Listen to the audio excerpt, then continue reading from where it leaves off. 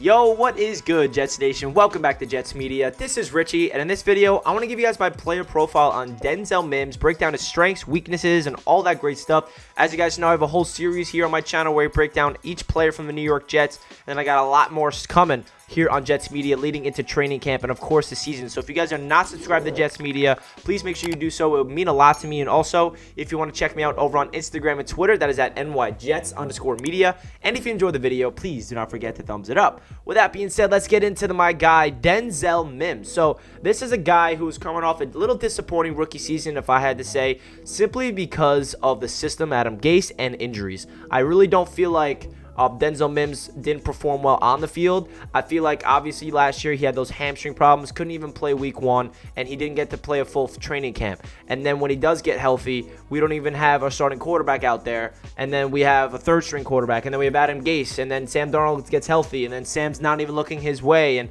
it just did not work well with Denzel Mims last year. It didn't work well for the entire offense. I don't think there's anybody last year offensively besides Jamison Crowder, where you're like, okay, he had a very good offensive season last year. So Denzel Mims is coming into year 2 of his NFL career.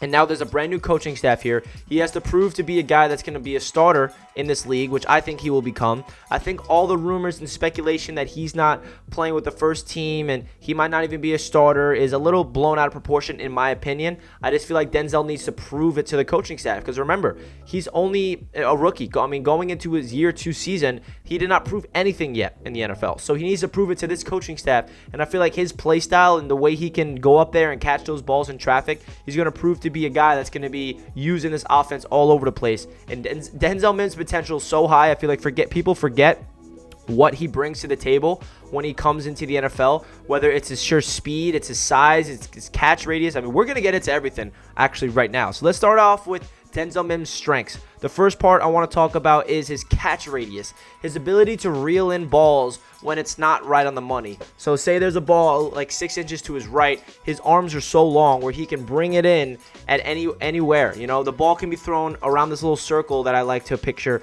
and his catch radius is huge. He's someone that has long arms, go up there, catch the ball. If it's not the greatest ball thrown to him, he has the ability to reel it in, and that's something you would need from a guy like Denzel Mims, having a rookie quarterback in Zach Wilson. Zach Wilson's going to love throwing the ball to Denzel when he realizes that he can throw the ball a little to the left, little to the right, little up high, and Denzel has the ability to reel that ball in. Another strength is definitely sideline catches. I feel like he maneuvers the sideline better than anybody else I've seen in a long time on the Jets. You throw the ball up, he can put 2 feet in bounds. He goes up there, sideline catches is something that Denzel excels in. He did it in Baylor. He did it in his rookie season. He showed a little flashes of it.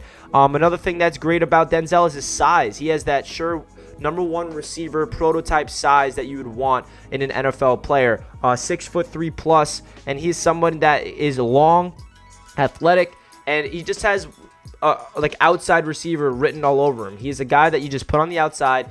You run up and down the sidelines. You can even go up the middle. You can beat him deep. And I feel like Denzel's size is going to fit him very well in this league. And then pair that up with his speed. He has blazing fast speed. I feel like people forget how fast Denzel Mims is if you can get him in the open field. The only problem last year is that never happened. And that's simply because of the scheme. But I feel like the scheme implemented here with LaFleur, that's going to open things up for Denzel Mims. Another thing that Denzel excels in is catching traffic. This is something that I feel like is his best strength and the Jets need to utilize the most.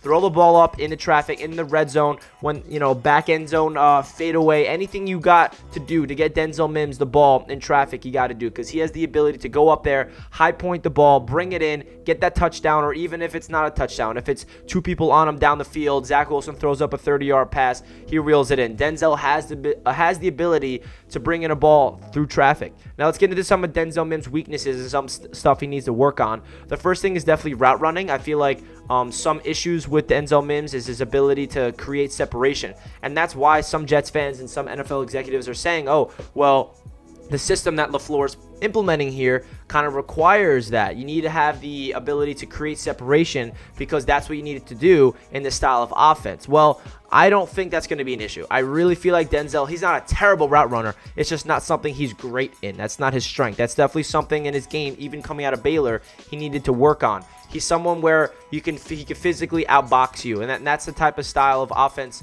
that he always been doing in Baylor. So I feel like the Jets, even though they have this system in place with LaFleur, they're going to be creative. They're going to think outside the box. How can we get Denzel Mims going? He's a very unique type of player. Let's get him open. Let's get him, some catch and traffic opportunities. Let's work the sidelines, red zone threat. That's what I feel like they need to do. So route running is definitely one of his weaknesses. Another weakness is durability. He proved his rookie season to not stay healthy. He had 2 nagging hamstring injuries, which really held his season back, in my opinion.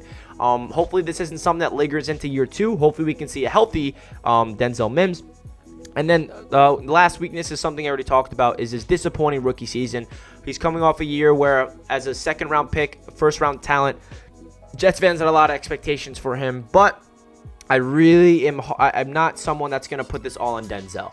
We are coming off one of the historical worst offensive seasons, and we saw what Adam Gase did to this team entirely. We had terrible offensive line play, terrible playmakers, terrible quarterback play. Everything was just not good on the offensive side of the ball. So it's really hard to look at Denzel and say you just didn't play well and it's all your fault. I really don't think that. So this is the year where Denzel needs to prove everybody else wrong. Now let's get into some of his expectations that I have for him. I want him to prove to be a starting wide receiver in the NFL, especially for the New York Jets. I want to see Corey Davis and Denzel Mims on the outside, starting every single snap. I know that this offense, there's a lot of changes in the wide receiving group. There's a lot of people that get subbed in. He's not going to play every single snap. Keelan Cole's going to go out there on the outside. Even Elijah Moore, Jameson Crowder can line up on the outside, even though he's more of a slot receiver. I just want to see Denzel Mims prove to be a starting wide receiver, because I feel like his potential in this league is a lot better than people give him credit for. And then the last expectation is I want him to break out this year. You saw, I think it was NFL Network or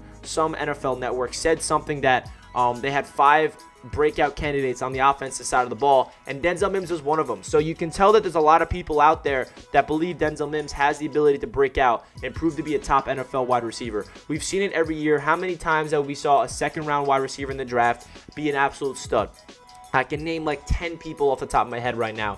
A.J. Brown, D.K. Metcalf, Kenny Galladay, all these guys. I'm not going to keep listing them, but second-round wide receivers proved to be very successful in this league. And now we got another one of Elijah Moore. So we got 2 second-round wide receivers. One of them is a rookie in Elijah Moore. One of them is going to year 2. And I'm expecting Denzel Mims to prove to be a wide receiver that's a force to be reckoned with. A guy that people are going to be, matching up against, like, wow, this guy's a physical nightmare, and he's going to absolutely outbox me. And that's another thing about Denzel Mims that we have to realize is now that we have Corey Davis is going to get the majority of the looks on defense. They're going to be doubling him. That's going to be the focus point. That's going to open up Denzel Mims. That's going to open up Elijah Moore. The wide receivers on this team is going to be a lot better than people give them credit for, and I'm so excited to see what Denzel Mims and company can do for the New York Jets this season. So that's my thoughts of Denzel. Leave a comment down below your thoughts of Denzel Mims, and like the video if you guys enjoyed, and I'll catch you guys in my next video. Thank you guys so much for watching the video, and I'll catch you guys next time. Peace out. Let's go Jets.